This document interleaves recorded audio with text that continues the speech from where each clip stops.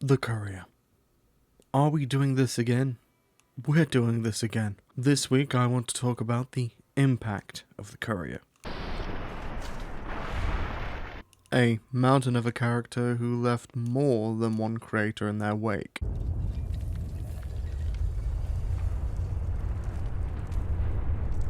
Missiles are fun. A pop culture phenomenon that really could best be described as lightning in a bottle, honestly. I've talked on this channel about why the Courier is loved, and how the Courier is representative of us, the player, hence why they're purposefully left very vague, why they probably shouldn't show up in the TV show. What I haven't talked about is their impact. Something that could span multiple videos if I'm not careful. You can't have a Fallout protagonist video without someone in the comments mentioning the Courier. Want to show the sadness of the lone wanderer? There'll be someone saying the Courier is better. Want to show a cool house you made in Fallout 4? There'll be someone saying the Courier's house is better. I mean, the Lucky 38 is kind of dope. In a sense, the Courier is this franchise's Goku. There will always be someone, somewhere at this very moment typing, but can they beat the Courier though? And to be honest, it's a good question. A lot of people like to bring up Nate's unlimited leveling, but be honest, how many people actually fully level them without modding it? Furthermore, concentrated builds are just fundamentally better. Sure, Nate has a lot of damage potential, but I've never seen Deathclaws like I've seen New Vegas Deathclaws, and if you level your Courier right, you can outright juggle. I'd like to see Nate do that.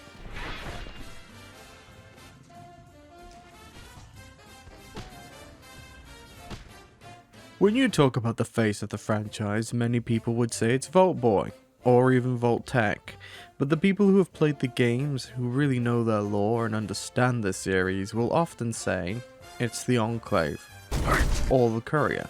Why?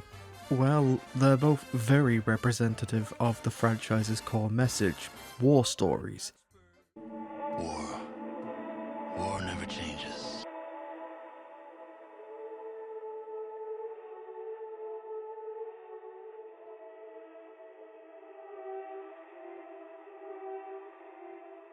Do you understand the horror of it yet? They don't say war never changes in these games for no reason. And no, it's not just an anti-capitalist story, though that definitely is a feature. It's primarily about the conflicts humanity has, and no matter how hard and how much we try to better ourselves through personal training, technological leaps or societal evolutions, one thing remains, and that is war. War never changes. Men do, through the roads they walk. But I'm not here to talk about the social impact this character had, how they redefined a narrative, or how they left their mark on multiple developers, content creators, gamers, and souls. No, I'm here to talk about the Courier's impact in Fallout. Now, all of the protagonists have large and meaningful impacts in their own ways, often the aftermath extending throughout the franchise, be it stopping the Enclave, or giving the people free water, or stopping the calculator or the scorched virus. Nate apparently being a high ranker because the Pridwen appears in the show. Whether you like it or not, the show is canon, and that means either the Brotherhood one or the Minutemen Brotherhood one, because no one could have entered the Institute without Nate. But really, stopping the Master is probably one of, if not the biggest impact, because without that, well, we might not have gotten a world to explore. Don't get me wrong, the Master was doomed from the start, but that doesn't mean they couldn't have caused an insane amount of damage and destruction in the time they had with the constant force changes of the FEV virus and its victims.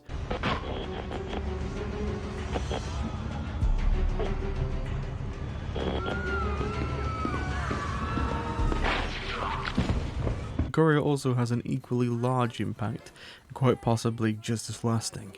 You see, for all of my research, I couldn't find anything that states the DLCs are not canon, so let's get into it. Now, Ninethy, you cosmic calamity waiting to happen, you may ask. What could the Courier have done that's as impactful as stopping the Master? Well, the neon paradise that was Las Vegas. The fate of House is currently up in the air as of right now. We know we're going to see a canonical ending to New Vegas in Season 2 of the Fallout show. It isn't canon, you may scream, and scream that as you may, it is very much canon. We'll be seeing what happens to our beloved strip, fortunately or unfortunately. House is, or was, an integral part of the world of Fallout, so if he's dead by the Courier's hands, that's going to leave a huge, lasting impact given the political implications of that alone. House could have gone on to secure a future for humanity with all the resources he had at his command, being one of the benefactors of a rebuilt society. However, if House is alive, then we very much could see the Courier has either sided with House or the NCR, and got the NCR to be on good terms with House. The fate of House leaves a large impact on the franchise as a whole, as it very well could determine the direction and the future the series takes. That very fate firmly lies in the Courier's hands.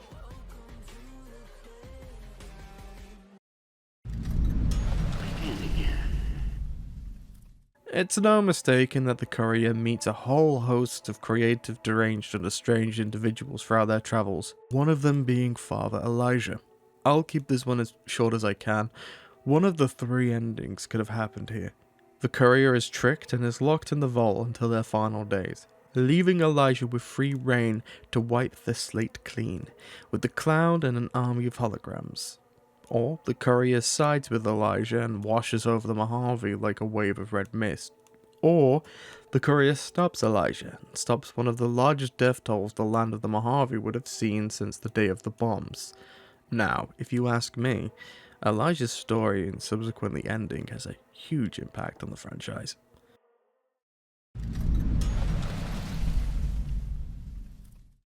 Whether the Courier sides with House or goes independent, the fate of both of these factions also rests entirely in the Courier's hands, once again.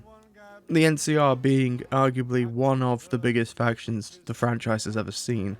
Should the Courier side with the Legion, well, the land of the West would become littered with the bones of all those who tried to stop the Legion, until eventually they overexpand and inevitably collapse, and send everyone they conquered back to the Stone Age, leaving only warlords and anarchy in the aftermath, especially if the Courier doesn't save Caesar.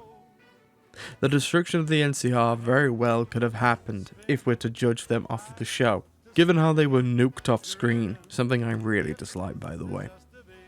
But they seemed pretty strong until that moment, given the flashbacks we have of them. So did they retreat, or did they win in New Vegas? We all get our answers in Season 2, but if the Courier beat them at the dam, their resources will have dwindled, their leadership will have taken a hit, and their numbers will be down. They'd be forced to lick their wounds, especially if Kimball is assassinated during the events of the game. However, if the Courier sided with the NCR, they could have also expanded too far, gained control over the Strip, maybe even collapsing. We know for a fact that the front lines of the NCR in New Vegas are struggling with resource management because it's so hard to get resources out there. Again, leading one army over another isn't anything new to this franchise, but this is 4 paths and each of them have massive impacts. If the NCR won and then lost in the show, this could result in a very fractured, battered NCR looking to bite back at any and every force they deem remotely hostile. They're also one of the few better options for the Wasteland, and if they survive, people have a chance to rebuild, but if they didn't, society's back to square one. Again. Would you care for a mentat? Arguably one of, if not the biggest known threats to the Wasteland would be the scientists at Big MT Research and their unchecked lust for experimentation, a complete disregard for humanity given they shed themselves of their own long ago. Equipped with arguably the best technology we've seen, and no, unlike the Institute, they aren't just scientists. These guys are responsible for many war crimes, including the Cloud of the Sierra Madre, and let's not forget the Y-17 trauma override harness. Hey, who turned out the lights? They don't just have an army, they have several monsters, abominations, mutants and whatnot. Mobius knew this. Mobius knew that these scientists would walk over the Mojave like a dishcloth over a kitchen counter. There'd be no stopping them. And the only reason the courier does is because they have the technology to, and they catch them off guard at their most exposed, either outsmarting them or outbrute them. The scientists themselves, while being cowards and not really made for war, do pack quite a punch and have some serious good tech. They aren't fighters, but they hurt. So they probably unleash their experiments onto the world and make more as they carve their own path.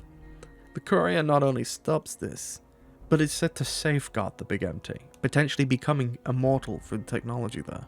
We simply don't know. But to stop others from entering and falling victim to the scientists, the courier stands guard.